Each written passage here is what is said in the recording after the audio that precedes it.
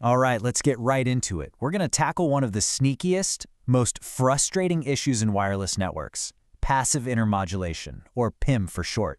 If you're out there in the field, you know this thing. This silent saboteur can absolutely wreck a site's performance. Today, we're going to pull back the curtain and see exactly how it does its dirty work. Now, just so you know where we're at, this is the fourth part of a 10-part series. We're breaking down an incredible guide from the real experts in this field, the RFI detectives, who are part of Virtualization Options LLC. We're diving deep into their Chapter 4, which is all about the real-world impact of PIM.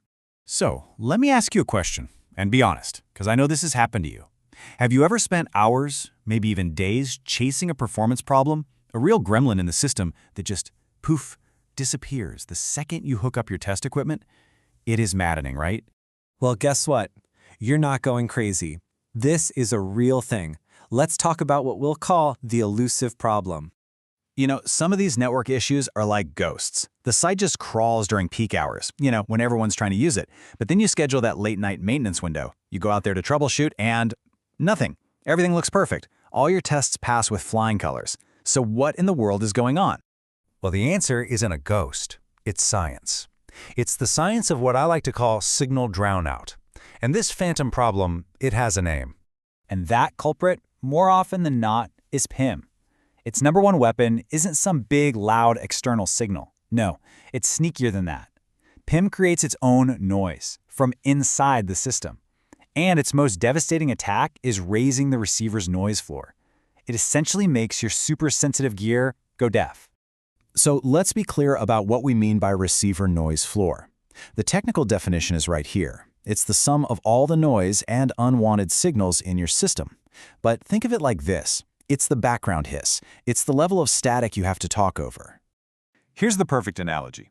A low noise floor? That's like trying to hear a whisper in a dead quiet library. It's easy, right? But a high noise floor jacked up by PIM? That's like trying to hear that exact same whisper in the front row of a heavy metal concert. The whisper's still there, but it is completely, totally drowned out by the noise. It's masked. And to really put this in perspective, think about how amazing our modern receivers are. A healthy one is designed to pick up signals as faint as negative 120 dBm. I mean, that is an unbelievably tiny, faint signal. It's an incredible piece of engineering. But here's the kicker. PIM doesn't need to be some massive signal to cause chaos. A PIM level of just negative 110 dBm, which, by the way, is 10 times stronger than that negative 120 dBm signal we want to hear, if that lands in your receive band, it's game over. It will completely mask those faint signals from users on the edge of the cell. The receiver is, for all intents and purposes, blinded. Okay, so let's move from theory to the real world. This case study from the RFI Detectives Guide is just a perfect example of how this whole thing plays out on a real site.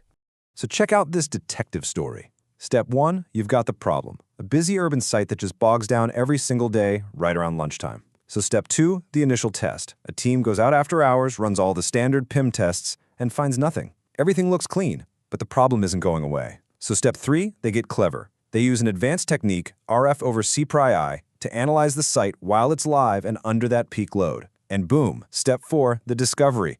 A single faulty connector was heating up when traffic got heavy. That heat caused it to expand just enough to create PIM. This was load-dependent PIM. It only showed up when the site was working its hardest, and it vanished as soon as things cooled down at night. And this right here, this is the absolute heart of the matter. This is the lesson from the guide. You can't always find PIM when the network is asleep. As they say here, some of these problems are intermittent. They only rear their ugly head under the stress of real, live, operational conditions. So, what does this all boil down to? For you, the technician out there climbing towers and solving problems, what is the big takeaway? It really all comes down to this. That high noise floor from PIM isn't just some abstract number. It has real, painful consequences. It means you get reduced cell coverage because those people at the edge of the cell, their phones can't shout loud enough to be heard over the noise. It means lower data rates for everyone closer in because the signal-to-noise ratio is ruined. And when you add all that up, it means you get decreased overall network capacity.